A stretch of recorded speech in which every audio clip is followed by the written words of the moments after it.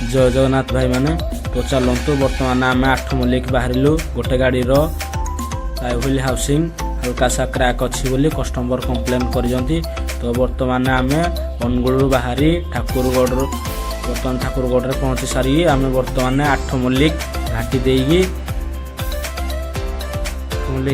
आम बर्तमान 8 मल्लिक मार्केट रे पहुँची गलु। बर्तमान ये हूँ 8 मल्लिक मार्केट रू आमके आहरी 10 ରୁ 15 किलोमीटर जीवार पड़ो।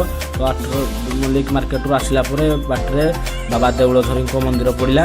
तो बर्तमान तो आसीचे जेहेतु बाबा को दर्शन कर देगी आम बर्तमान आम काम बाहर जा। तो बर्तमान आम दर्शन कर सारू। तो दर्शन कर सारापर आम यू आहरी 5 किलोमीटर अच्छी खड्रापड़ा गोटे गाँ ये गाँ को जीवार अच्छी। तो आम बर्तमान से बाहरी सारू।